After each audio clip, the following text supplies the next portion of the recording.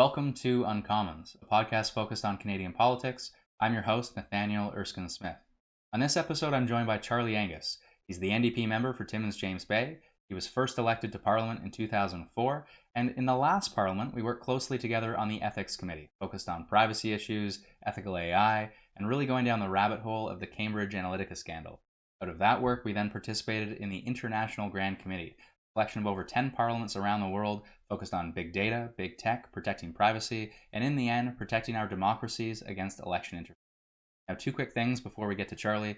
First, while the audio sounds good now, in the episode I sound a little bit like a kidnapper demanding ransom. It'll be fixed for next time.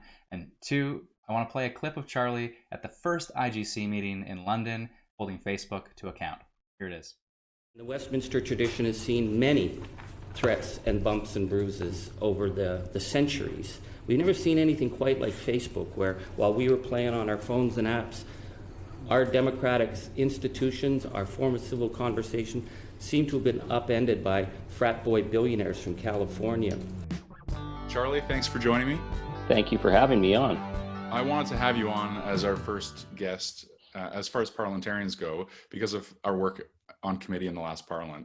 And not only because of the kind of work that we did, which I found really interesting, but also just how non-partisan it was. And you've been in Parliament since 2004. Was that just a moment in time, or have you participated in similar committees? Well, I think it was a really unique thing that we accomplished in the last Parliament, where the Ethics Committee undertook that huge investigation into Facebook. Cambridge Analytica, began to work internationally with other parliamentarians, helped establish the first International Grand Committee where legislators from around the world began to talk together about how we need to address issues of big data, how we moved it into issues of AI, citizen rights in the age of big data, issues of antitrust. We really covered the gamut. And I want to say that in my 16 years in Parliament, I've always been somewhat suspicious of glory days about parliamentary reports, because parliamentarians create big tomes. They get sent to the Nobody minister, reads. and that's it. I've heard MPs say years later, but I worked on this parliamentary report, and it's like, man, I can't even remember it 6 months after it came out. And that's not to diminish the work, but it's the reality is, we make a lot of recommendations, but they aren't always heard. What I think was unique about this was it's the first time ever that not only did we work in a nonpartisan manner, we didn't start out to say, let's build a peaceable kingdom here. We realized that the threat to parliamentary democracy was much bigger than any of our individual party agendas, and that we began to work together because we realized we were really taking on some powers that are very dark and actually have the power to upend democratic systems. So I think that work of that committee laid a lot of groundwork, not just in Canada, but internationally. And I'm hoping that what we did out of that parliamentary committee will continue to set a course for future Canadian digital policy. And in some ways, my feeling is that it has already. My conversations, when I introduced the bill to give the Privacy Commissioner greater powers a couple of years ago, my conversations with the industry ministry were pretty hesitant, even though I thought it was fairly low-hanging fruit. Our committee had recommended it twice already. Other information privacy commissioners have these powers around the world. And now you look at the platform that we just ran on, you look at the promises we made, and now that COVID-19 is here, everything's going to be delayed, of course, and necessarily so, but the government is now in a position to move forward with that measure and more than that measure. And I'm not sure that they would have been in that place but for the work of our committee and highlighting these issues in a very public way. Well, I definitely agree with you on that point. We have really incredible dedicated public servants in the offices of Parliament, the lobbying commissioner, the ethics commissioner, the privacy commissioner. I'm missing one, but the Access to Information Commissioner, yeah. Yes. And the problem has always been is the government likes to have them, but government doesn't like to be accountable to them. So right. It's always been, they work with underfunded budgets, and they work on the principle that if they catch somebody doing something bad, shame and embarrassment is supposed to be enough. And that seems to be a very Canadian sense of that. Well, that's justice. If we make them feel bad, they'll do the right thing. And then we ended up dealing with groups like Aggregate IQ and Cambridge Analytica and people who don't really give a damn about what the rules are. And so our committee started saying, we need to really up the powers of the privacy commissioner, but we need serious powers and tools so that when Facebook blows off Canada, our parliament, our laws, that the parliament, that our privacy commissioner has the power to say, no, sorry, not this time. We're going to hold you to account. And I think government has come to realize, because we've really showed the damage that can be done if we don't have these tools in place, that we will be moving to a much stronger regime to protect privacy and citizen rights. And it's quite something when you think about it. I remember we had Facebook at our Canadian committee, and they were insistent that they followed all the laws throughout the Cambridge Analytica situation. And it was a bit incomprehensible at the time. We're looking at it thinking, okay, we've had hundreds of thousands of Canadians that are impacted by this, but only a few hundred that were using this application. How could this possibly be in line with our consent rules under the existing law? And then, of course, the privacy commissioner later finds that they were violating the law. And to your point, they just said, thanks for coming out, privacy commissioner. We're not going to listen to you. Yeah. Well, I mean, that's the ultimate thing, is that you have a company that sees itself as above domestic law. And I would say the same thing for Google. I would say the same thing for Amazon. These digital giants have powers that are unprecedented. And the fact that they will willingly tell us they will pick and choose what laws they like and which laws they don't feel apply to them is really not acceptable, particularly in the case of Facebook, where we saw completely egregious failure to protect citizen rights that has resulted in the interference in elections and Brexit, the rise of perhaps the Trump campaign certainly used these kind of breaches. They need to be to a higher standard. And part of that is recognizing that they, in whatever jurisdiction they are, they have to respect the laws. And Canada needs to say, we will make you respect the laws. And that's part of, I think, the realization we've come to out of the work of our committee. And I found it interesting too, just the move from Canada, recognizing, okay, no party can tackle this on its own. So we came together within Canada across party lines, but no country can tackle this problem on its own. And so we started to see great cooperation with Damian Collins in the UK, with legislators really around the world, as you note. And that International Grand Committee, we were lucky to host the second iteration in Ottawa, but it's supposed to continue. I mean, obviously the Washington meeting in June might be put off now because of COVID-19, but there's still a strong, I think, impetus and desire to continue that work. What happened with the work it began with us in the UK committee was certainly unprecedented. We were very much in uncharted waters, but we were dealing with people who had put our democracy into very uncharted waters. So we knew that there were witnesses that were beyond the reach of the British parliamentary system who were in Canada. And we called those witnesses. Yeah. Were they more tangential to our study? Perhaps, but we felt getting their testimony in the record was important because of what's being done internationally is the fact that you have these digital mercenaries whose borders don't seem to matter. And so our work with the Damian Collins Committee began to really change the nature of the international conversation. And then other parliamentarians around the world began to notice. So I really think that Canada set the pace. And what I want to say as well that I think was really important in the work of our committee is that we all came at it, knowing something about the big digital realm and the cloud and that, but these in some ways are very complex issues, but in other ways they're simple issues. And I think the more we got into it, the more we realized the simplicity of the issue is like, we're talking about the rights of citizens. We're talking about fundamental rights of persons. We aren't just consumers of this, of the cloud. We aren't just people who tick off or don't tick off the terms and conditions boxes. We have rights, and as parliamentarians, we have rights. And how do we exert those rights in an age of companies that are so big? They basically think we're irrelevant as democracies. And I think the Canadian delegation and the Canadian parliamentary team really started to set some very important yardsticks for where we need to go next in terms of this international conversation. You are right. I mean, some of the answers are so obvious. So when Richard Allen, the VP for Facebook, was there in London, at the first IGC meeting, and he said, well, if it's hate speech, we take it down. But if it's right up against that line and hasn't crossed the line yet, maybe we shouldn't promote it. And I'm left thinking, maybe? Yeah, of course you shouldn't promote content like that. There are really easy answers to these questions if you took any serious look from an ethical perspective whatsoever at your own behavior. So it is, and then Google, obviously, when they were at the Ottawa meeting, when did you stop reading my emails? 2 years ago.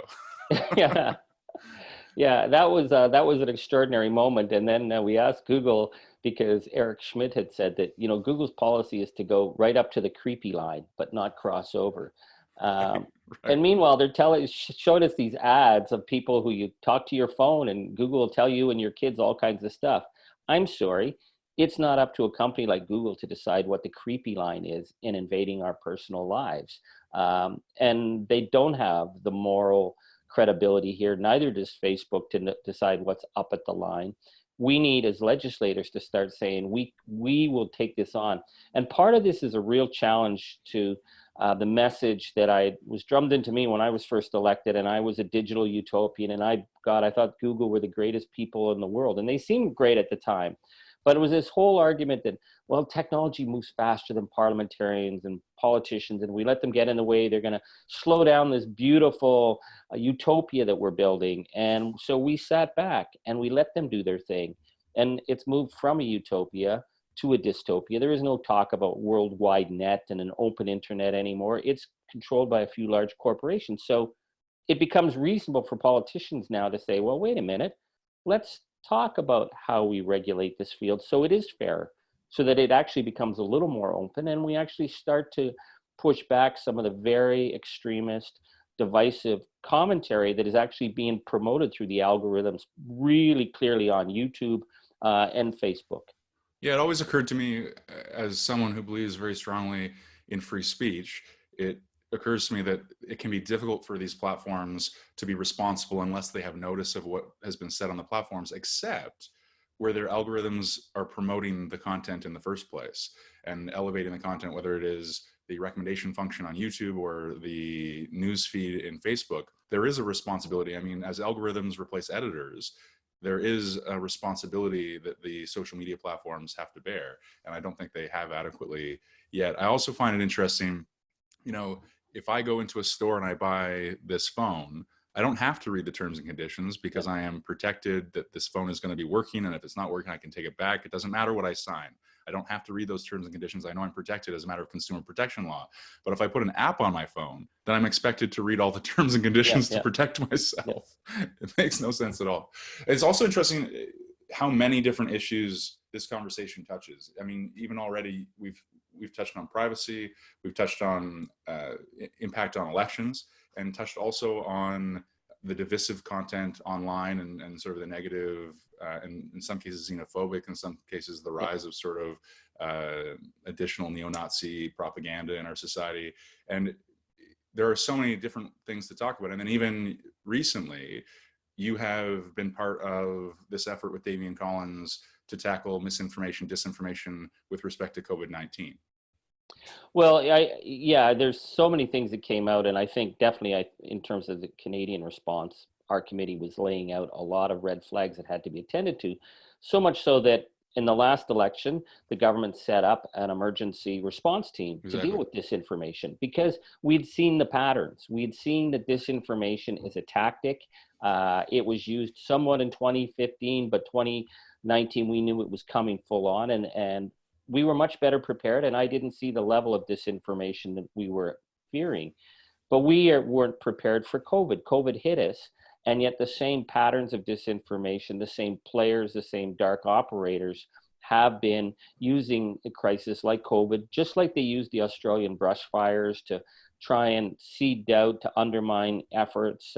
In the case of the Australian brush fires, it was a lot of climate change denial coming out of, all these arsonists basically set these fires and burnt Australia to the ground. What I think has changed with COVID is that because of the work of the International Grand Committee, is that parliamentarians around the world are aware of the patterns. So Damian Collins certainly has been a big, big force in this, and he reached out and said, let's set up a body that we can talk to each other and identify and shut down really serious poisonous disinformation, because in the age of a pandemic, manipulation and disinformation can get people killed. So they set up infotagion.com. It's a great clearinghouse. I encourage people to check out infotagion.com. They are debunking a lot of the toxic stuff. Ryerson, they are also have a really good COVID disinformation site to identify falsehoods, misinformations, and truth is so fundamental in this pandemic that we really need to make sure that the dark operators are not using it to monkey wrench international efforts to keep people safe. And you and I have been obviously critical of the failure of social media platforms and big tech to be accountable and to take action.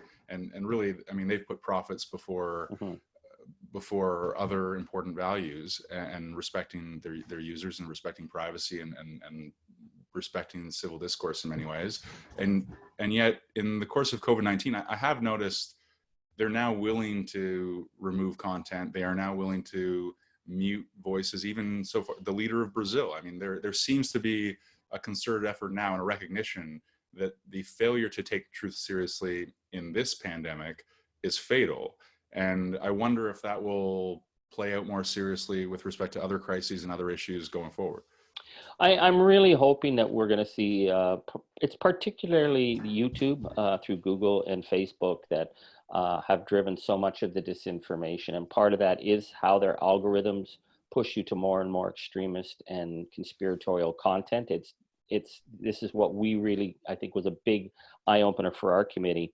I'm aware that definitely that YouTube is shutting down and making some of the more crazy stuff not accessible, because this isn't people just well-meaning trying to come up with their own crazy ideas about how to fix things. These are deliberate campaigns to undermine and misinform. Since I've gotten involved with Infotagion, people have been sending me stuff, and it's really disturbing, the insidious nature, some of it. I came across a Facebook site that's dedicated to hospitals, but what it is really attacking frontline medical workers, questioning their motives, pretending that COVID is some kind of, cash grab by the medical profession. When people are putting their lives on the line going to work every day, we don't need that. That's a site, to me, is a hate site. It should be shut down. I've seen some fake documentaries that there is no pandemic in New York City, that it's all a lie. If you get caught up in these kind of misinformation and disinformation, and you don't follow what the public health officers are saying, people will die. So there is going to be a real push to shut these down. And I think we now are a lot better attuned at identifying. There's a lot of common players in the conspiracy theory world, the Russian bots, some really crazy extremist Christian right groups in the US that just feed on this kind of stuff. So we know who these players are a lot better than we did before, and so we're not as surprised. And I think Canadians, certainly, I've been very impressed with the response of Canadians. People are trying to put out good information because they know that good information is like good medicine. It's gonna heal us at this time. It's been nice, certainly, to see. Nothing's perfect, but it's been nice to see, whether it's Trudeau working with Doug Ford or whether it is parliamentarians like ourselves, and really there's no party politics in a serious way playing out today in Canada, whereas we still see, unfortunately, that continue to play out and undermine global health efforts in other countries. So we are certainly lucky, and we have to continue to have that approach, I think, when it comes to public health expertise. I'm always struck too by, there are new challenges with people increasingly living their lives online, and yet I mentioned consumer protection law previously. Heidi Tworek has this idea about taking the model of broadcasting councils, standards councils, and having social media standards councils. I think there are so many ideas from how we have done things before that we could tweak and make effective today as well. I wanted to move off of we could talk about this for a very long time, but I also just found it curious. I have only been in Parliament since 2015, and I've sat now on 3 different committees: national security, ethics, and now industry. And I worry about getting back to the place that we were at I mean, not all committees function. It's a product of the people that are on them and the issues that you're dealing with. And I just found that ethics committee just worked seamlessly, and we didn't let anything sort of get in our way of silly partisan bickering, even when we had ethics issues in front of us that could have sideswiped us completely from the important work we were doing. And it's obviously new in this parliament, but I do worry about whether we're able to get back to a place now that I'm on the industry committee. Well, it's a good question. I think there is our democracy is set up to be oppositional, and it is a fundamental feature of it. And I've never had much time for people say, oh, they shout and they're being like children. I have a problem if people are being shut down from speaking. I have a problem when like the mob. I don't have a problem with rough and tumble politics because it should be passionate. I mean, certainly having lived my life in opposition, I'm as upset hearing bogus answers. I just can't stand listening to bogus answers. I want to know. I'm there to get the answer. So opposition and partisanship does have its place, but one of the things that was really important that came out of the ethics committee is we're dealing with some much bigger issues, and we need to find a way to move towards that. And just before the parliament ended, the last parliament, I think we were starting to move into new terrain. We saw what was coming, and one of them was facial recognition technology. That to me is a huge, huge issue.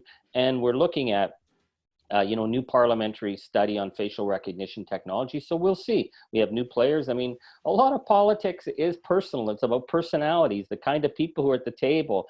I've sat on committees where someone says A, the next person is going to say B no matter what. Exactly. Even without thinking, it's just because they rub each other the wrong way. And hey, that's democracy. But I would hope that some of these issues we can look at in a bigger light. And I've pushed for a standing digital committee.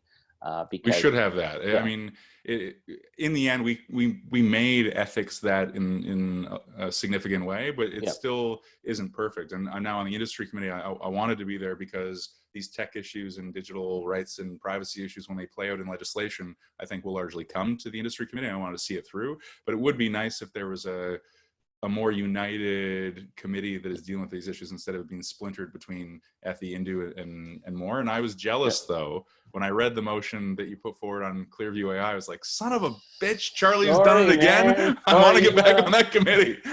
Sorry you went off to industry where you'll deal with airlines and auto and steel, and they're all really important, but ethics was a committee that nobody paid attention to unless it was the smut and corruption show, which often was what the role of ethics was. So, but I don't think what happened with Clearview AI, which is in some ways so shocking in terms of how they misrepresented themselves, how they abused the platform, how many people had access to it, how dodgy the whole thing was. It seems really shocking, but I don't think from what we saw in our committee, we would have been shocked at all about how this rolled out, because we saw how this technology is being misused. And we were ready for Clearview AI before they came on the scene, just before Parliament ended. That would have been where we were going. So knowing what Clearview AI is up to, we really need to get ground rules in place quickly. And I think before, government would have been more wary about it. They would have been, well, it's technology, it's police, blah, blah, blah. But I think we pushed those doors open to say, wait a minute, these are tech companies that can massively abuse privacy rights and human rights and the right to just be in a public space without being tracked. So I mean, gone down the rabbit hole of Cambridge Analytica, I wasn't surprised when I saw what happened with Clearview, except that police agencies of good standing, the RCMP, the Toronto Police Service, were using this organization and the information from the organization that was clearly not where information had not been collected in a legal way. So that to me was still shocking. Well, I mean, in my years in Parliament, we're always told it's another tool in the toolbox for police. You're a lawyer, I'm not, but I figure if it's a tool in the toolbox and you could really hammer a lot of people with it, then bring it before a judge. So there may be reasons that facial recognition technology could be very powerful to identify and protect people, but it should be brought before a judge. But the idea that the RCMP, first of all, said they weren't using it, that admitted they were using it, then it wasn't clear how many people in them had access to it, and then said they'll continue to use it when what they're using may be a database of our stolen images that have breached Canadian law, to me, is putting them and any other police service in Canada, it's compromising them, because how could they be called upon to investigate breaches of law when they're using this technology? So we need a pause. We need to say, stop right there. We will now need to lay down some ground rules. And once COVID's over, I'm hoping we're going to get to that, because it's vital that we move on. And I will just say on that, it's been fascinating. We've been getting a lot of interest internationally, because this is the first national investigation into facial recognition technology. So again, you're on the wrong committee, my friend, but our committee is still setting the standards internationally, where other people are watching and saying Canada is taking this on, and we can do a lot of good work, I think, in the coming years or year or whatever we've got on trying again to place the rights of citizens squarely front and center in the question of digital policy. So I hope to continue to work alongside you with the International Grand Committee, because when I was there the first time in London, and you were so smart when we had that initial meeting of parliamentarians, we went, oh yeah, I'll go first. Yeah, I'll go first. And then you really set the stage in many ways. And I was so glad you were with us after that first round. And do you go in? I had questions prepared. I never know exactly how it'll go with the cross-examination style. I am more lawyerly for sure. But did you come in going, I'm going to whack them with frat boy billionaires, or is it just spontaneous? Well, frat boy billionaires was a quote that was heard around the world. Definitely, I was exactly. Trending and leading up to that, we couldn't get a single Canadian journalist to do a story on us going to the UK, and then suddenly my phone is just buzzing. It's now we want to talk to you. Everybody wants to talk to us, but well, you're a lawyer. I quit school to play in a band, so. But one thing I learned is you don't get on the stage unless you know exactly how that first guitar chord is going to go down. If you're not ready to really make it really grab the crowd's attention, don't bother getting up on stage. So no, but in that hearing, I think what was important for me, my role was, I felt we could get really not lost, but we could be very focused on technicalities, and Facebook could skate. I wanted to tell the story, and the story was, here's a company that thinks that democracies are quaint. Well, they're not quaint. And our democracies have been through a lot of pressures, and we fought to save the rights of democracies. So Facebook, you were here to understand that we will fight to defend democracy. So it was a narrative that set up a lot of the other stuff. And the other thing I'll say is I certainly think the Canadian delegation definitely were, as we would like to say, went over the boards and dropped the gloves and went into the corner. I think Facebook was a little rattled by us. And the other countries, I think, noticed that we all went at it. You, me, and Bob Zimmer, all of us went at him hard, because we had studied a lot of this, and we knew when we were getting bullshitted, and we don't have time for that anymore. And that speaks to just the importance of having continuity in the role too. I mean, we were much more effective having done a number of studies in a Canadian context before we got to London. And it's also important to note too, I mean, I'm glad you mentioned Bob Zimmer. I mean, his leadership as chair was also critical, making sure that this was a united Conservative, NDP, Liberal effort. And when we went internationally in particular, no one would have been able to point to any one of us and say, oh yeah, they're representing this ideology. Yeah. But so you mentioned a punk rocker, and then, turned into defender of democracy in some ways. But how does one start out as a dropout musician and then end up as a parliamentarian? Well, I like to say I am in the NDP, but everybody knows I'm really fundamentally an anarchist. I'm the last guy at all these committees defending and fighting for the rules, because it's all we've got. Well, it's a long story. I worked with the homeless. I played in a band. I toured the country. I cleaned chimneys. I ran a magazine. I organized blockades. That was it. It was organizing blockades that cost me my journalism career in the North. I was on a railway blockade defending our region from a hugely potentially devastating environmental project that the Mike Harris government promoted. And I realized then that you need people at the table who are going to be there for the public, that you can't just trust public officials if they're going to be hanging out with lobbyists and the rich and powerful. And I went to Ottawa to be a voice for people who have no voice.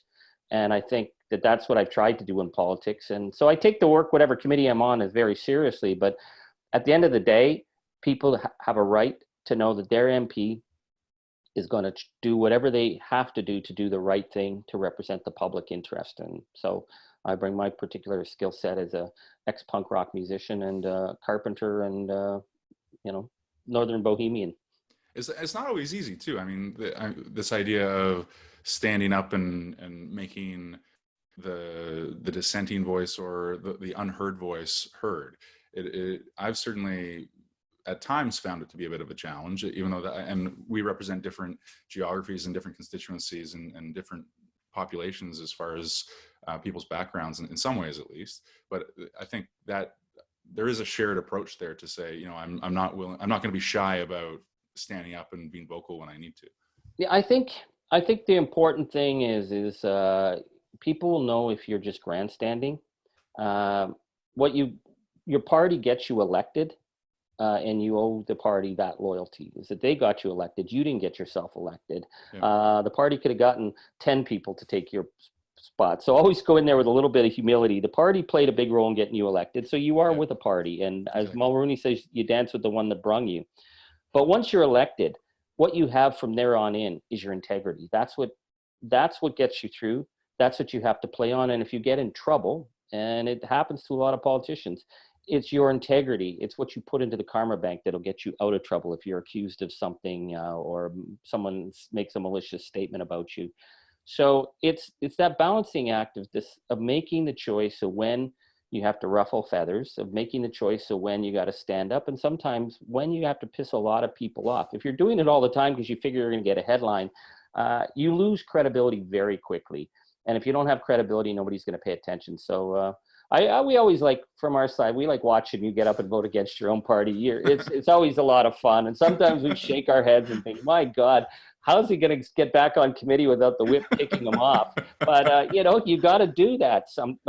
Parliament should be a little more open than it is. Our party should be a little less uptight than they are. And so we need to bump up against it once in a while. I even thought our committee functioned maybe more effectively. You mentioned before it was under the radar. I sometimes thought it functioned more effectively because there wasn't a parliamentary secretary. It wasn't sort of a closely scrutinized, get the party whip in there and help manage our side, and your whip manages your side. And it wasn't theater in a way that it often becomes when it's so preordained by party whips, which less so, I think, I'm told at least. I wasn't in the previous parliament where when Stephen Harper was the prime minister. I'm told it's less like that now, but obviously it still plays a role. Well, I'll tell you, when I was first elected, I would go to committee and there would be people on the government side, it was Liberals initially, who would be reading the newspaper because they were only there to vote yes or no based on what the party whip or what the parliamentary secretary said. Sometimes on the government side, there might be 5 people and only 2 would speak. The rest were there just to be votes. I saw this under Stephen Harper. Things got really, the committees were really under threat all the time. Everything was decided in camera, so we couldn't even have public discussions about many things. It was a very negative, toxic atmosphere. The ethics committee was like being in a cage match every day. I mean, the parliamentary secretary was Dean Del Mastro. And then after Dean went to jail, it was Paul Calandra. And it was like war all the time. And it's really tiring. I mean, I don't mind having to go and fight. I mean, that's one of the things the party sends me in is when things are rough.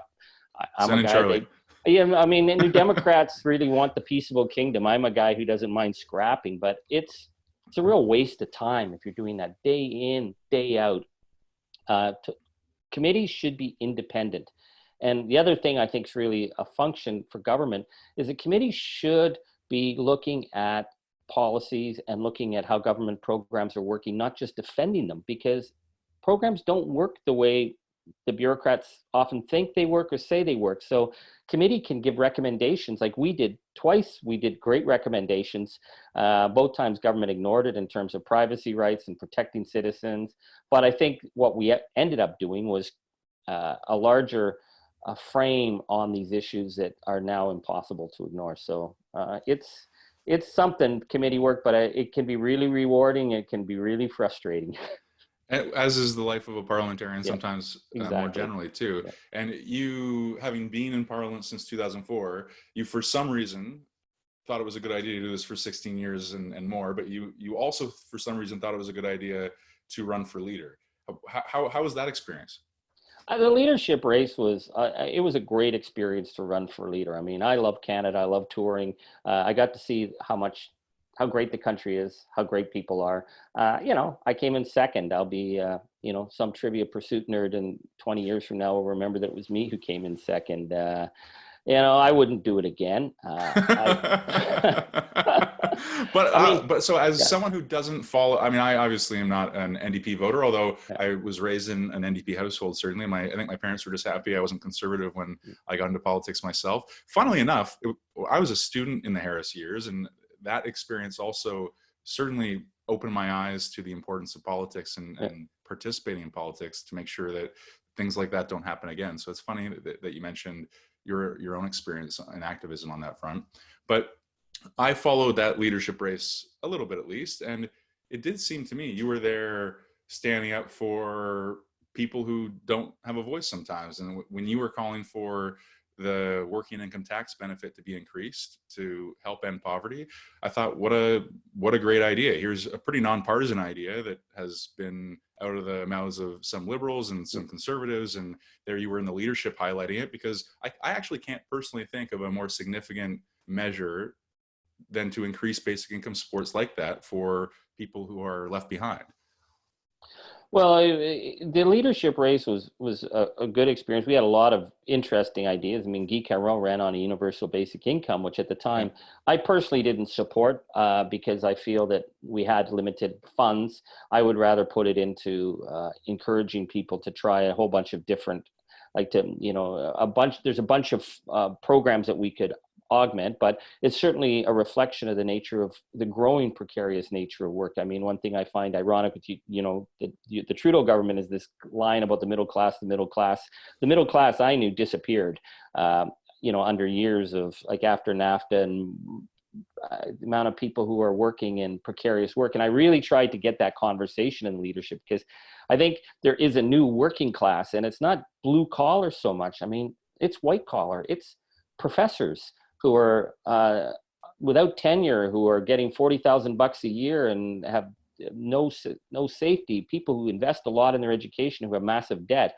So it was a great opportunity to debate a lot of these things. And now with COVID, we're having these conversations. We're looking at the world in a completely different light. And one of the things I'm hoping out of COVID is I don't want to go back to the same old. The idea that this, globalization and the big 1% are going to, where the hell were they when we needed them? It's the people making $13 an hour who are keeping the grocery stores open. So the need for a universal basic income right now is very evident, because people are going under. So how do we rethink where we're at? In the NDP leadership, it was all very hypothetical, what we'd do in the perfect world. But now we're in the world where all of us have to have this conversation, and it may be a positive moment for us as a nation.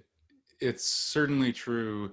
There are so many Canadians who are at home today without work, without income, thinking, I never thought I would be in this situation. How could this happen to me? And it just shows just how precarious all of our how precarious our safety net really is. In the leadership, did anyone compare you to Bernie Sanders? I mean, a white-haired, vocal guy who's been saying the same thing for decades, standing up for the little guy?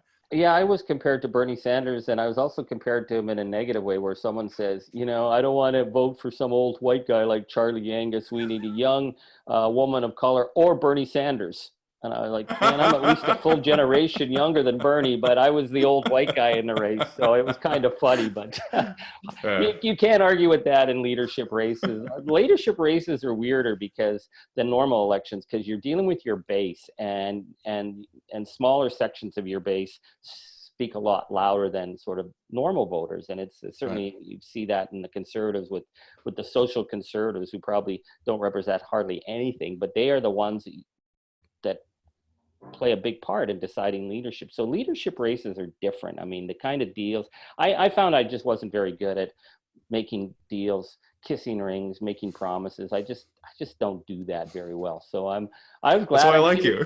Yeah, I know. I came in second. I paid my debt off. I got to meet a lot of people. I drastically improved my French. So I feel like that was a great experience. But I'm glad I'd been there, done that. And I do have the T-shirts.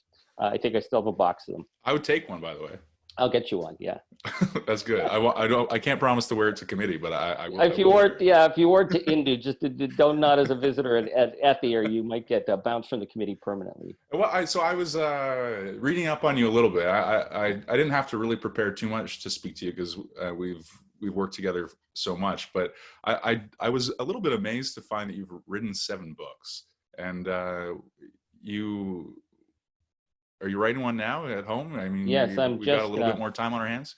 I'm finishing my 8th book right now. So I write because I've always been fascinated by history, and I don't watch TV and I don't watch sports, and I hate politics in the evening. I don't like, if I'm back at my apartment in Ottawa, I want to do something else. So I usually listen to records, and I like to research and write. So I have 7 published books. My 8th one is working title right now is, I think, called The Land for the Taking. And it's about what happened in Northern Ontario in the first 2 decades of the 20th century with this crazy silver mining boom that happened in Cobalt, where I live, that really turned Canada on its course of being what it is now, as an international mining superpower, but also battles about class, race, Indigenous rights, environment.